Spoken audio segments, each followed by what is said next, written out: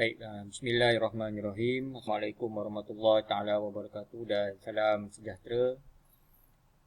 Di sini saya buat rakaman video ni khas saya nak menerangkan serba sedikit taklimat tentang disiplin di SMK Kuala Selangor.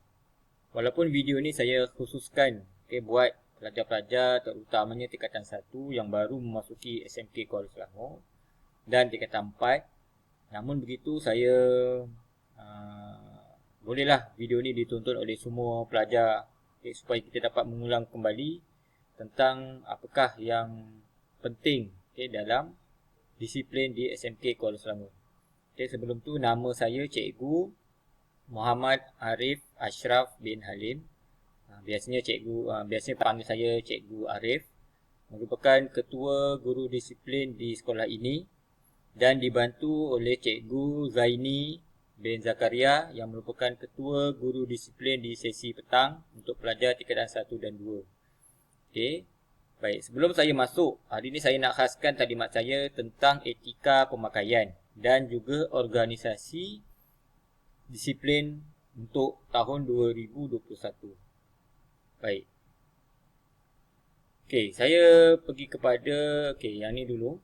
Kalau boleh perhatikan di skrin, ini merupakan jawatankuasa lembaga disiplin di mana dia dianggotai oleh para pentadbir, diketuai oleh pengetua Puan Fatmah binti Muhammad Arif dan dibantu oleh penolong kanan hal ehwal murid Encik Muhammad bin Harun dan juga tiga lagi penolong kanan. Kemudian situasinya saya sendiri dan juga dibantu oleh Encik Zaini seperti mana yang saya maklumkan tadi. Baik, apa tugas jawatankuasa lembaga disiplin ni?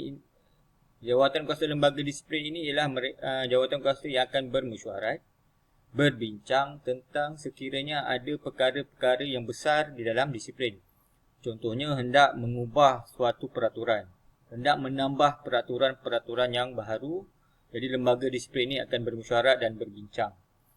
Dan sekiranya ada pelajar-pelajar yang hendak digantung, dibuang sekolah sekiranya melakukan kesalahan dan sebagainya, maka lembaga disiplin ini akan bermesyuarat dan berbincang untuk memutuskan suatu hukuman yang besar, yang berat. Ini tugas jawatankuasa lembaga disiplin. Selain daripada jawatankuasa lembaga disiplin, kita juga ada jawatankuasa ini lain jawatankuasa disiplin murid. Tadi lembaga, sekarang ni disiplin murid. Dalam jawatankuasa ini dia lebih besar, jawatankuasa yang lebih besar.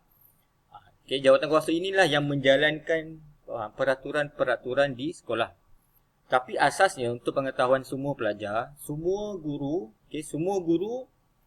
adalah guru disiplin, semua guru. Jadi semua guru berhak untuk menegur, semua guru berhak untuk menasihati semua pelajar. Bukan setakat jawatankuasa disiplin murid ini sahaja. Cuma jawatankuasa disiplin murid inilah yang lebih mendalami ataupun yang lebih cakna tentang disiplin murid. Tapi saya ingatkan kembali asasnya tadi yang mula-mula semua guru. Semua guru, kita ada lebih kurang 90 orang guru di SMK Kuala Selangor. Semua guru berhak untuk menegur, berhak untuk mencatat kesalahan dan sebagainya. Jadi jangan salah fahamlah. Bukan jawatankuasa ini sahaja yang boleh menegur. Semua guru boleh menegur, semua guru boleh mencatat. Dan kebiasaannya guru-guru lain dia akan melaporkan kepada jawatankuasa disiplin sekiranya ada pelanggaran disiplin. Dan jawatankuasa inilah yang akan melaksanakan hukuman dan sebagainya. Diketuai oleh saya sendiri.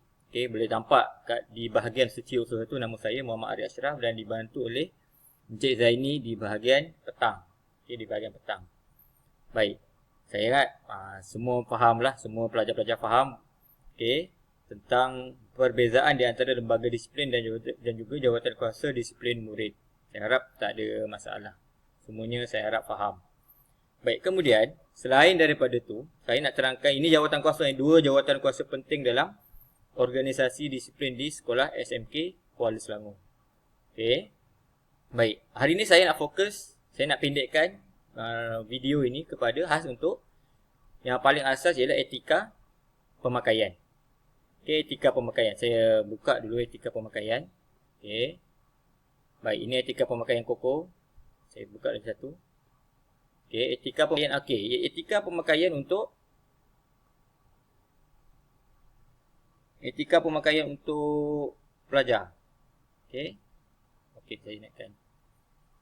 Okey, apa yang saya pancarkan ini boleh dilihat dan digantung di beberapa tempat di SMK Kuala Selangor.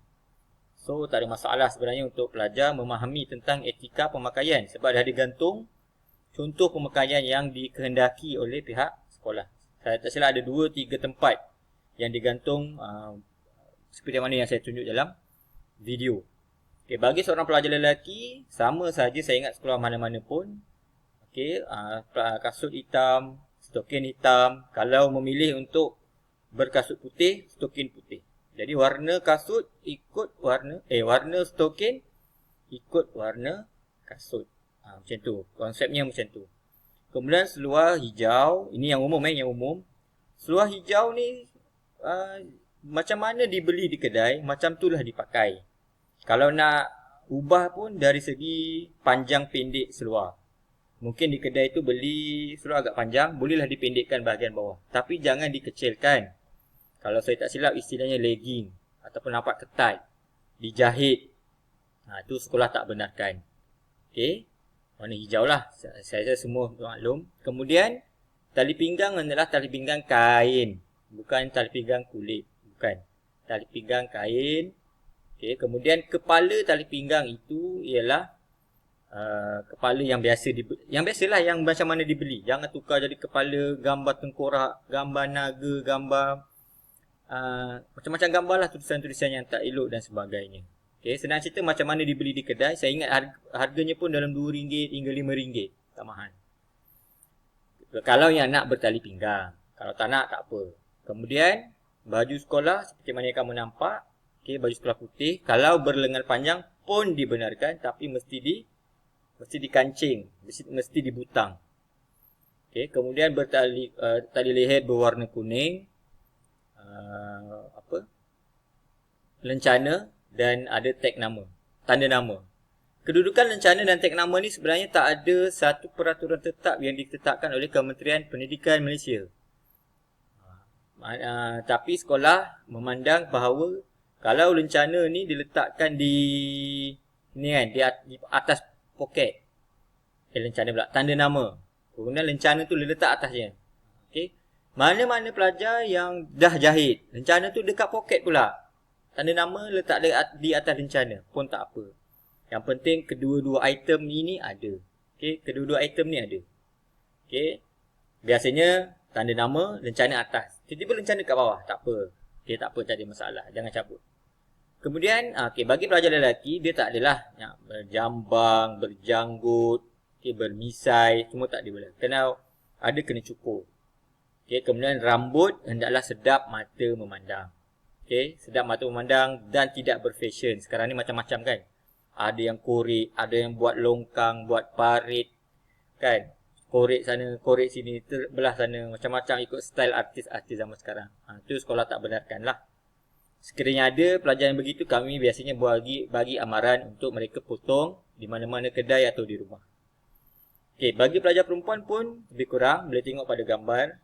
Bila lihat pada gambar, simple. Macam itulah etika pemakaian bagi seorang pelajar perempuan. Kain warna biru, baju kurung warna putih, tudung warna putih, ada tanda nama, ada lencana. Dan saya nasihatkan bagi pelajar perempuan Muslim untuk memilih tudung yang lebih besar, lebih selamat untuk diri kamu. Kalau tudung yang lebih besar tu maksudnya macam mana? Tepi tu, ni bahu saya, tepi tu bahagian tudung tu dia melebihi bahu, melebihi. Jangan tudung tu kurang daripada bahu, dia lebih. Lebih daripada bahu. Nampak sopan, nampak kemas. Kalau kurang tu nampak tak cantik. Beli tudung yang besar. Jangan pakai telekung lah. Nanti orang ingat nak buat apa pula. Telekung besar sangat. Sedang-sedang lah orang kata. Bagi pelajar perempuan yang non-Muslim, sekiranya hendak memakai blouse, macam itulah etika pemakaian. Cuma bahagian bawah tu mestilah melepasi lutut. Okay, mengemasi lutut. Okay. Kemudian kalau boleh dikancing baju hujung tu, kancing lah. Maksudnya dibutangkan. Bagi rambut pula, hendaklah diikat. Jangan menggerbang kan. Hendaklah diikat. Kalau ada tocang satu pun okey. Diikat lah, nampak cantik lah. Nampak cantik. Nah, bila diikat tu janganlah buat ikat pelbagai ikatan pula. Ada 2 ikatan kan. Ada 2 macam tu dan sebagainya. Kita buat satu cukup. Okay. Satu cukup. Dan mana-mana pelajar dinasihatkan, dilarang untuk memakai rantai, gelang, cincin dan sebagainya. Okey, bagi pelajar-pelajar India yang hendak memakai benang untuk benang yang biasa, benang warna merah yang biasa saya tengok tu boleh. Tapi dilarang untuk memakai yang berbentuk besi, aluminium dan sebagainya. Okey, dilarang. Bagi pelajar perempuan janganlah pakai anting-anting. Semua tu dilarang. Okey, sebab salah satunya memang dilarang, salah satunya ialah untuk mengelakkan kecurian dan sebagainya. Baik, itu untuk etika pemakaian. Yang bawah ni pula etika pemakaian semasa PJ. Okey, semasa PJ macam nilah. Okey, baju koko. Sebelum lupa saya nak maklumkan, pelajar lelaki hendaklah sentiasa memasukkan bajunya ke dalam seluar. Yang ni lah. Ni, masukkan baju sentiasa dalam seluar. Seluar trek hendaklah warna gelap. Okey, sama ada hitam ataupun biru gelap, bekas sukan. Okey, baju koko boleh beli di koperasi. Bagi tingkatan 1, sekiranya belum beli dan pada masa itu ada PJ, bolehlah memakai baju koko sekolah rendah untuk tingkatan 1. Okey. Cikgu belum beli di koperasi, pakai dulu. Ini yang saya cerita ni ialah bila boleh bersemuka. Peraturan-peraturan ni. Okey, saya terangkan taklimat ni supaya sebagai pendahuluan pengenalan. Okey. Kalau tak faham, adik-adik tingkatan 1 khususnya boleh tanya kepada abang-abang yang dah ataupun kakak-kakak yang pernah bersekolah di sini ataupun jiran-jiran. Ataupun boleh lihat di depan. Sekiranya pelajar tingkatan 1 seminggu 2 minggu tu melakukan kesalahan pemakaian, tak apa. Okay, pihak sekolah akan bagi peluang untuk perbaiki. Tapi kalau pelajar-pelajar tingkatan 5, dah sekolah lama di sini, saya harap tak ada masalah lah. Okay, tak ada masalah untuk buat untuk mematuhi peraturan ini. So, sebelum ni saya tahu ada ada satu video yang saya telah keluarkan. Saya nampak kualiti video tu tak berapa elok, jadi saya buat yang baru dan saya akan buat bersiri. Hari ni saya fokus kepada etika pemakaian dan tadi organisasi disiplin di sekolah. Okay, lepas ni akan ada video-video yang lain.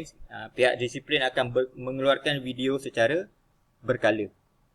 Okay, ni baru siri yang pertama. Saya minta maaf kepada yang sebelum ni. Saya ada buat taklimat disiplin. Kalau ada yang dah tengok dalam YouTube yang masanya terlalu panjang, ni saya hadkan mungkin dalam 15 minit.